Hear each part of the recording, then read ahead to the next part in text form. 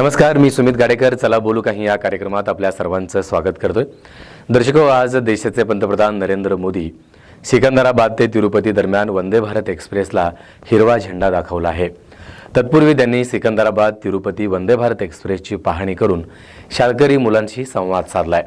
या कार्यक्रमाला उपस्थित असलेले केंद्रीय रेल्वे मंत्री अश्विनी वैष्णव म्हणाले, आज पंतप्रधानांनी सिकंदराबाद स्टेशनला जागतिक दर्जा बनवण्यासाठी पायाभरणी केली आणि सिकंदराबाद ते मेहबूबनगर दरम्यान 13 नवीन MMTS सेवांना हिरवा झेंडा दाखवलाय.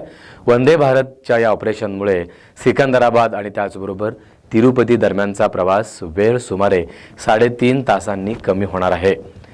पंतप्रधान नरेंद्र मोदींनी सिकंदराबाद रेल्वे स्थानकाच्या पुनर्विकास प्रकल्प आणि त्यानंतर 720 कोटी रुपये खर्चाच्या इतर प्रकल्पांची पायाभरणीही केली आहे. पंतप्रधान नरेंद्र मोदींनी 11,300 कोटी रुपयांपेक्षा जास्त किमतीच्या प्रकल्पांचं उद्घाटन आणि पायाभरणीही केली आहे. या कार्यक्रमाला उपस्थित असलेले केंद्रीय रेल्वे मंत्री अश्विनी वैष्णव म्हणाले की पंतप्रधानांनी जे काही ज्या पद्धतीनं काम करतायत ते आमच्यासाठी अभिमानास्पद आहे. पंतप्रधान नरेंद्र मोदी हे विजनरी आहेत, दूरदृष्टी असलेले नेते आहेत, याचा आम्हाला अभिमान वाटतो आहे, असं म्हणत केंद्रीय रेल्वे मंत्री वैष्णव यांनी पंतप्रधान नरेंद्र मोदी यांचं कौतुक केलेलं आहे. खरं तर सिकंदराबाद आणि तिरुपती या दरम्यानचा जो काही रेल्वेचा प्रवास वंदे भारत एक्सप्रेस सुरू झालेला आहे त्याचं उद्घाटन आणि त्याचबरोबर त्याच्यानंतर तमिळनाडूमधल्या तो दौरा त्यांनी केला आणि त्यानंतर चेन्नई येथे देखील नरेंद्र मोदी यांचा एकंदरीत आजचा हा दौरा होता. तर आजच्या चला बोलू काही या कार्यक्रमामध्ये एकंदरीत नरेंद्र मोदी यांचा जो काही दौरा होता त्या दौऱ्याविषयी आपण अधिक माहिती जाणून घेणार आहोत.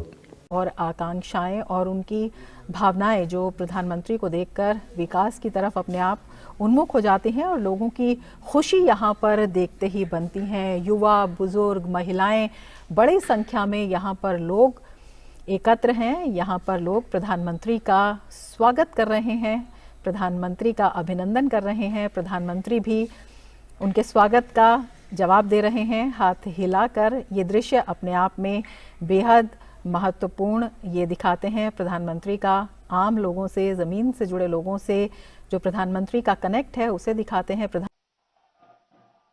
As a token of our respect, love and affection, Honorable Railway Minister Shri Ashwini Vaishnav ji will now honor our Prime Minister with a memento.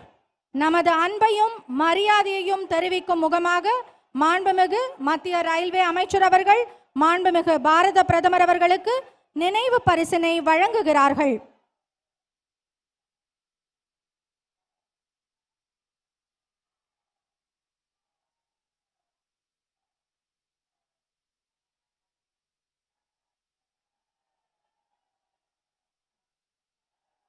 I call upon the respected General Manager, Southern Railway, Shri R.N. Singh, to hand over the green flag to Honorable Prime Minister of India for flagging off the inaugural run of this prestigious Vande Bharat Express from Purakshit தலைவர் Dr. M.G. Ramachandran Central Railway Station to Coimbatore Junction.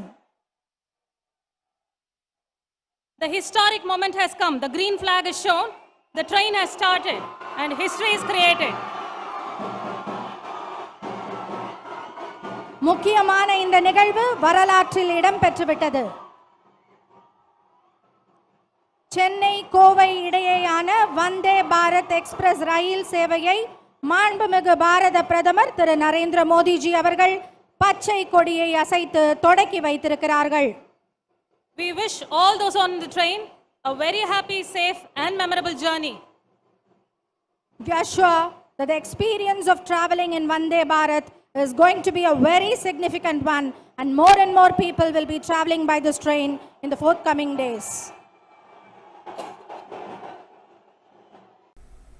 और प्रधानमंत्री नरेंद्र मोदी चेन्नई में श्री रामकृष्ण मठ की 125वीं वर्षगांठ समारोह में शामिल हुए. श्री रामकृष्ण मठ पहुंचने पर उन्होंने स्वामी विवेकानंद की प्रतिमा पर पुष्पांजलि अर्पित की. इसके साथ ही इस दौरान उन्होंने स्वामी विवेकानंद के कक्ष में पूजा की और ध्यान भी लगाया. स्वामी रामकृष्णानंद ने 1897 में चेन्नई में श्री रामकृष्ण मठ की शुरुआत की थी. रामकृष्ण मठ और रामकृष्ण मिशन आध्यात्मिक संगठन है जो विभिन्न रूपों में मानवतावादी और सामाजिक सेवा से जुड़ी गतिविधियों में लगे हुए हैं। हमारे संवाददाता अश्विनी मिश्र हमारे साथ और ज्यादा जानकारी के लिए जुड़े हुए हैं। अश्विनी, सबसे पहले आपसे जानना चाहेंगे कि किन मायनों में महत्वपूर्ण प्रधानमंत्री का ये दौरा?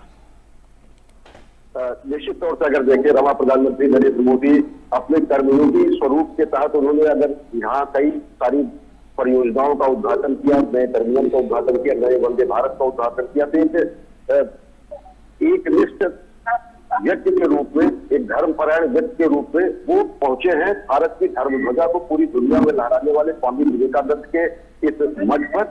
सबसे बड़ी बात इस मंच की विशेषता ये है कि यही जहां पर प्रधानमंत्री नरेंद्र मोदी ने ध्यान किया, ये वही कमरा है जहां पर 5 फरवरी से लेकर 15 फरवरी 1897 तक 9 दिनों का प्रवास स्वामी विवेकानंद जी ने यहाँ पर किया था।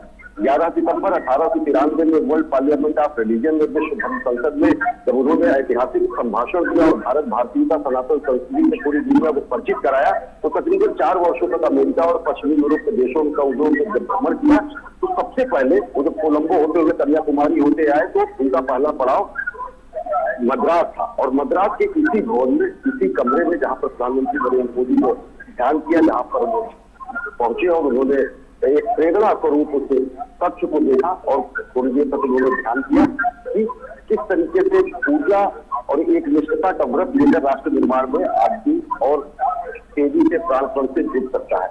निश्चित तरीके से अगर देखें तो ये हमारी जो संस्कृति है या जो हमारा जो समझ 2014 के बाद सांस्कृतिक पुनर्जागरण का जो साल आया है, वो पूरी दुनिया के सामने नए भारत की उत्कर्ष की कहानी कहता है। और वो नया भारत जिसके गढ़ने का आह्वान बहुत पहले स्वामी विवेकानंद जी ने तब किया था जब भारत पराधीन था। उन्होंने उस समय बहुत सारे भारत के युवाओं का आह्वान किया और चेन्नई जब मद्रास, तत्कालीन मद्रास में पहुंचे तो उन्होंने यहीं पर कहा उत्कृष्ट जागृत प्राप्त वरान्य बोधक, यहीं पर उन्होंने भारत के युवाओं को जागकर प्राणपण से राष्ट्र निर्माण में जुट जाने के लिए कहा। यहीं पर उन्होंने अपने 9 दिन के प्रवास के दौरान उन्होंने यहाँ पर अलग अलग 5 प्रमुख सभाएं की और लोगों को यहाँ पर प्रेरित किया अपने पूरे शक्ति से स्वतंत्रता संग्राम से जुड़ने के साथ साथ पूरे दरिद्र नारायण की सेवा के लिए ही जो सबसे बड़ी शिक्षाएं रही। चाहे पंतप्रधान नरेंद्र मोदी हे आज तेलंगणात पोहोचले। हैदराबाद येथील बेगमपेट विमानतळावरती राज्यपाल तिमिलिसाई सौंदरराजन यांनी त्यांचं स्वागत केलं। सिकंदराबाद तिरुपती वंदे भारत एक्सप्रेस ट्रेनला पंतप्रधानांनी यावेळी हिरवा झेंडा दाखवला। खरं तर याशिवाय सिकंदराबाद रेल्वे स्थानकाच्या 720 कोटी रुपये खर्चाच्या पुनर्विकास प्रकल्प आणि त्याचबरोबर इतर रेल्वे प्रकल्पांची पायाभरणीही नरेंद्र मोदी यांच्या शुभ हस्ते संपन्न झालेला आहे। खरं तर सिकंदराबाद रेल्वे स्थानकानंतर पंतप्रधान येथील परेड ग्राउंडवरती पोहोचले। तेथे ते 5 राष्ट्रीय महामार्गांसह 13,360 कोटी रुपयांच्या प्रकल्पांची पायाभरणी केली। तसेच एम्स बीबी नगरची देखील पायाभरणी पीएम मोदी यांनी देखील केलेली आहे। यानंतर त्यांनी जाहीर सभेला संबोधित केलं। मोदी म्हणाले, परिवारवाद असलेल्यांना सर्वच गोष्टींवरती हवे नियंत्रण हवं आहे। पंतप्रधानांनी एका जाहीर सभेला या ठिकाणी संबोधित केलं। त्यांनी आधी विकास योजनांचा उल्लेख केला, त्यानंतर पुढे भ्रष्टाचार आणि त्याचबरोबर कुटुंबवादावरती विरोधकांवरती निशाणा साधला। यावेळी मोदी म्हणाले, परिवारवाद असलेल्यांना प्रत्येक गोष्टींवरती नियंत्रण हवं असतं। त्यानंतर मोदींनी भ्रष्टाचारावरती हल्लाबोल केला। त्यामुळे परिवारवादी शक्तींचा रोष वाढला असल्याचं ते म्हणाले। या शक्तींचा रोष वाढला असल्यामुळे 14 महिन्यात पंतप्रधानांना म्हणजे या 5वा दौरा आहे। प्रत्येक वेळी मुख्यमंत्री गैरहजर असतात किंवा पुन्हा एकदा राज्याचे मुख्यमंत्री के चंद्रशेखर राव हे मोदींच्या स्वागतासाठी उपस्थित नव्हते। ते पंतप्रधानांच्या कार्यक्रमातही जाहीर म्हणजे जाणार नाहीत अशा पद्धतीच्या सूचना देखील मिळाल्या होत्या। पंतप्रधान नरेंद्र मोदी यांचा गेल्या 14 महिन्यातील हा 5वा तेलंगणामधील दौरा आहे। 5 वेळा मुख्यमंत्री के चंद्रशेखर राव त्यांना घ्यायला आले नाहीत। केसीआर यांनी त्यांच्या व्यस्त वेळापत्रकाचं कारण देत पंतप्रधानांच्या कार्यक्रमाला उपस्थित राहण्यास नकार दर्शवला। खरं तर तमिळनाडूत चेन्नई विमानतळावरील नवीन टर्मिनलचे उद्घाटन देखील पंतप्रधान नरेंद्र मोदी यांच्या शुभ हस्ते संपन्न झालेलं आहे। तिथे पोहोचल्यानंतर टर्मिनलचं ते उद्घाटन केलं। त्यानंतर संध्याकाळी चेन्नई रेल्वे स्थानकावरती ते चेन्नई कोईमतूर वंदे भारत एक्सप्रेसला हिरवा झेंडा दाखवला। खरं तर त्यानंतर नरेंद्र मोदी कशा पद्धतीने एकंदरीत विकास कामांचा लेखाजोखा मांडलेला आहे ते आपण पाहूयात। भाइयों और बहनों, आज के नए भारत में देशवासियों की आशाएं, आकांक्षाएं, उनके सपने पूरे करना हमारी सरकार की प्राथमिकता है। हम दिन रात मेहनत करके इसी कोशिश में जुटे हैं, लेकिन कुछ मुट्ठी भर लोग विकास के इन कार्यों से बहुत बौखलाए हुए हैं। ऐसे लोग जो परिवारवाद, भाई भतीजावाद और भ्रष्टाचार को पोषित करते रहे, उन्हें ईमानदारी से काम करने वालों से परेशानी हो रही है। ऐसे लोगों को देश के हित से, समाज के भले से कोई लेना देना नहीं है। ये लोग सिर्फ और सिर्फ अपने कुनबे को फलता फूलता देखना पसंद करते हैं। हर प्रोजेक्ट में, हर इन्वेस्टमेंट में ये लोग अपने परिवार का स्वार्थ देखते हैं। तेलंगाना को ऐसे लोगों से बहुत सतर्क रहना जरूरी है। भाइयों और बहनों, भ्रष्टाचार और परिवारवाद एक दूसरे से अलग नहीं है। जहां परिवारवाद और भाई भतीजावाद होता है, वहीं से हर प्रकार का करप्शन फलना फूलना शुरू हो जाता है। परिवारवाद, वंशवाद का मूल मंत्र ही सब चीजों को कंट्रोल करना होता है। परिवारवादी हर व्यवस्था पर अपना कंट्रोल रखना चाहते हैं। उन्हें ये बिल्कुल पसंद नहीं आता कि कोई उनके कंट्रोल को चैलेंज करे।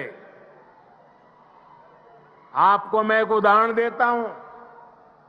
आज केंद्र सरकार ने डायरेक्ट बेनिफिट ट्रांसफर डीबीटी व्यवस्था विकसित की है। आज किसानों को, विद्यार्थियों को, छोटे व्यापारियों को, छोटे कारोबारियों को आर्थिक मदद का पैसा सीधे उनके बैंक खाते में भेजा जाता है। हमने देश भर में डिजिटल पेमेंट की व्यवस्था बढ़ाई है। आखिर ये पहले क्यों नहीं हो पाता था? ये इसलिए नहीं हुआ क्योंकि परिवारवादी ताकतें व्यवस्था पर, सिस्टम पर अपना कंट्रोल छोड़ना नहीं चाहते थे। किस लाभार्थी को क्या लाभ मिले, कितना मिले, इसका नियंत्रण ये परिवारवादी अपने पास रखना चाहते हैं। इससे इनके 3 मतलब सत्य थे। एक, इनके ही परिवार की जय जयकार होती रहे। दूसरा, करप्शन का पैसा इनके परिवार के पास ही आता रहे। और तीसरा, जो पैसे गरीब के लिए भेजे जाते हैं, वो पैसे इनके भ्रष्ट इको। आजच्या चला बोलू काही या कार्यक्रमामध्ये नरेंद्र मोदी यांचा तेलंगणा आणि त्याचबरोबर चेन्नई येथील वंदे भारत एक्सप्रेसला जे काही ते उद्घाटनाचा हिरवा झेंडा दाखवला, त्या संदर्भात अधिक माहिती जाणून घेण्याचा प्रयत्न केला। आजच्या चला बोलू काही या कार्यक्रमातून मी सुमित गारेकर आता आपला निरोप घेतोय। पुन्हा भेटण्यासाठी एका वेगळ्या विषयासह, तोपर्यंत नमस्कार।